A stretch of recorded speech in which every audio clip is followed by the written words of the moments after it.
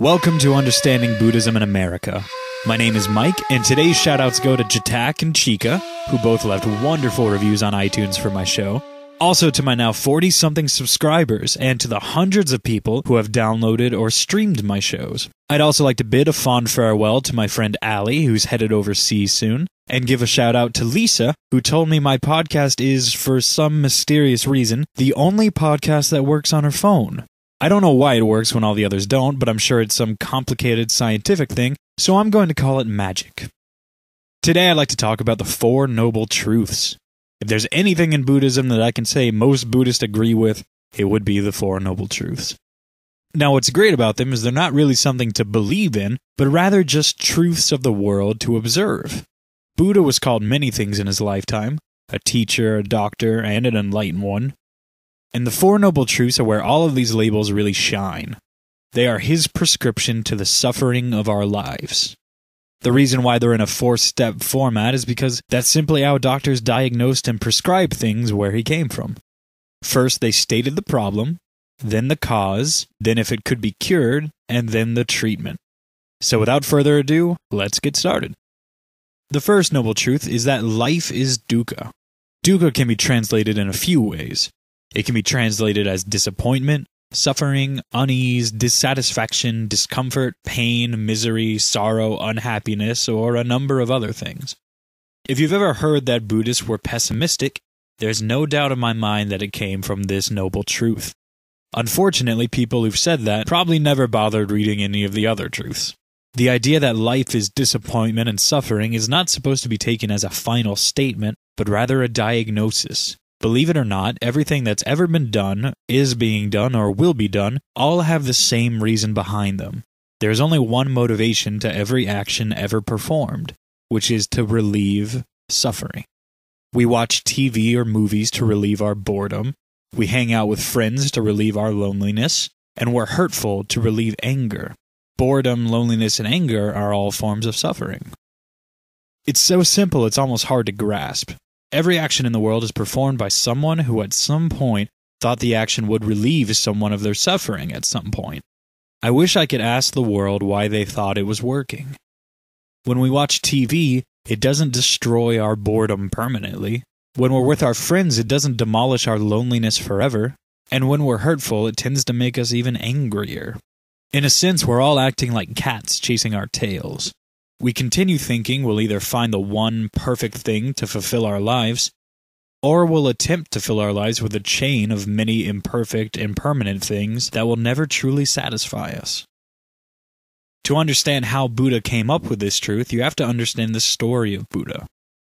Siddhartha, Buddha's name before he was Buddha, was a prince who lived in a very sheltered life in a palace. His father was so sheltering, in fact, that Siddhartha never once witnessed an old, sick, or dead person.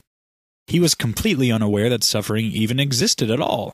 One day, he decided to sneak out just to see what his hometown was like, because he had never really seen it before.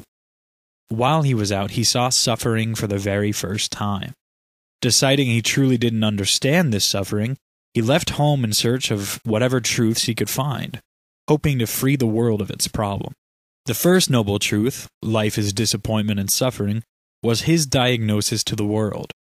The world is sick with suffering, and he wanted to cure it. Many people struggle with this because they see stating life is suffering as a sign of pessimistic surrender. If we say life is suffering, what about all the things we like in life? What about love and compassion? Most Buddhists I know agree that the issue may be in the translation. Life is suffering is a phrase that seems so harsh to Western minds that it creates an emotional barrier that keeps them from searching for a deeper meaning.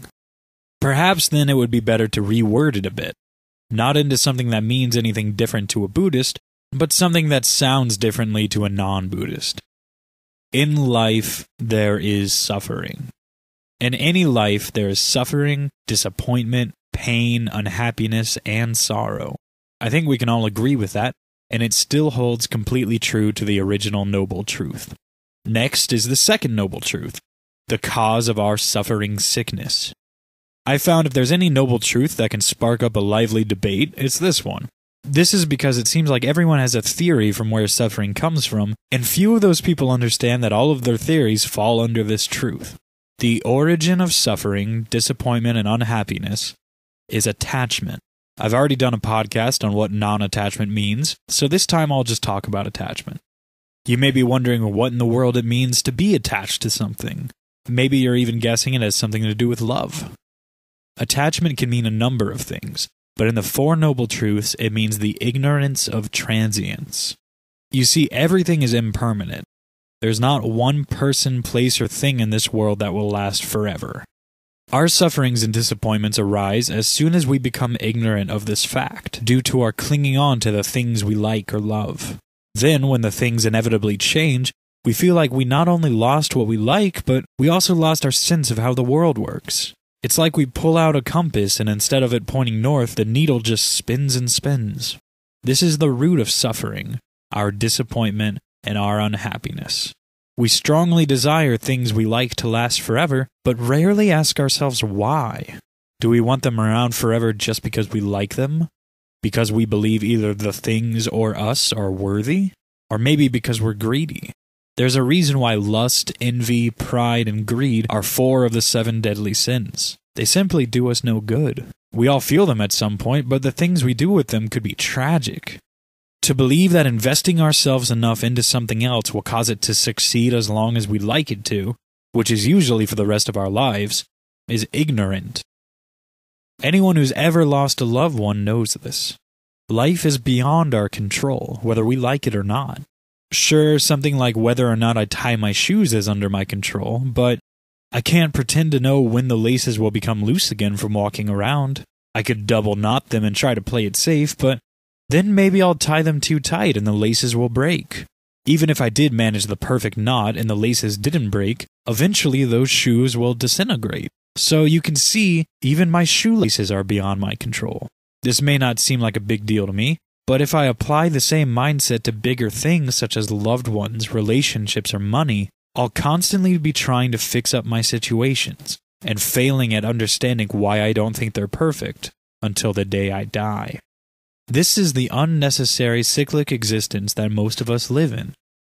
Because of our attachments to things that won't last forever, we will suffer, and in doing so, will spread suffering to others. I like to call the third noble truth, finally, some good news! This step in the process is the Buddha stating whether or not the sickness can be cured. And the answer, thank goodness, is yes. Suffering can be cured. It's not a permanent disease for mankind. It's more like the flu, only we've been looking for our flu shots in all the wrong places. We've been throwing money, fun, and even crime at it, but to no avail. So what in the world are we supposed to do?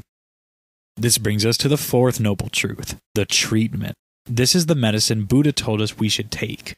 And considering how much suffering there is in the world, it's definitely worth a shot. Buddha told us the Eightfold Path is the best way to cure our sickness. The Eightfold Path is a simple set of virtues, and if we try to uphold them for ourselves, it will improve the quality of our lives. The path is right understanding, right intention, right speech, right action, right livelihood, right effort, right mindfulness, and right concentration. Don't worry, there's not going to be a test on this later. Right understanding is seeing the world for what it is, without judgment. No good or bad, no right or wrong, no left or right. This is simply just observing not only how nature works, but how the natures of our minds work. The nature of the mind needs to be observed within, quietly and gently, for us to truly understand the patterns of our lives.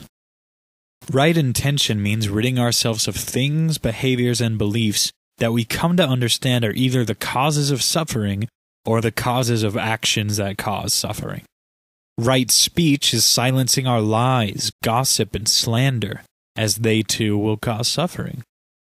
Right action is refraining from destructive, corruptive, and harmful actions. This includes killing people, stealing, or sexual misconduct. Right livelihood means making a living doing something that won't cause harm to others. This means not making our living in drug dealing, prostitution, weapons, poison, or breeding animals for slaughter. Right effort is preventing and letting go of unwholesomeness, while bringing up and maintaining our wholesomeness. So whenever we feel something bad within ourselves, we let it go. And whenever we feel something good, we let it shine and we keep it shining. Right mindfulness means being as aware as we can be. This can be a challenge because everyone likes to assume we're already aware at all times. Awareness in Buddhism is seeing the world through the clearest lenses possible. If two people witness a car wreck, it's not uncommon for their stories to be surprisingly different. One may say the car on the left was at fault, while the other may say the car on the right. This is because we all put our own perspectives, assumptions, or spin on the things we experience. We've gotten so used to doing it that we don't even notice it, and we often refuse to understand or acknowledge that the ways we think cause us to usually miss the big picture. Right mindfulness means seeing everything clearly and without putting a spin or a judgment on it. The last step in the Eightfold Path is right concentration. This can mean a few things, but I've come to associate it with meditation. Meditation is used to let go of sensual desires, anger, laziness, restlessness, boredom, and doubt. Once these are let go, the mind is concentrated and the world is clearer than ever. So, as we do our best to stick to the Eightfold Path, we realize that once we eliminate all these little problems from our lives, the only thing that's left is contentment and happiness, compassion and joy. So that's the Eightfold Path and the Four Noble Truths. Thank you for listening to Understanding Buddhism in America. My name is Mike, and if you'd like to contact me for a shout-out, questions, or comments, you can email me anytime at understandingbuddhisminamerica@gmail.com. Thanks again, and I'll see you next time.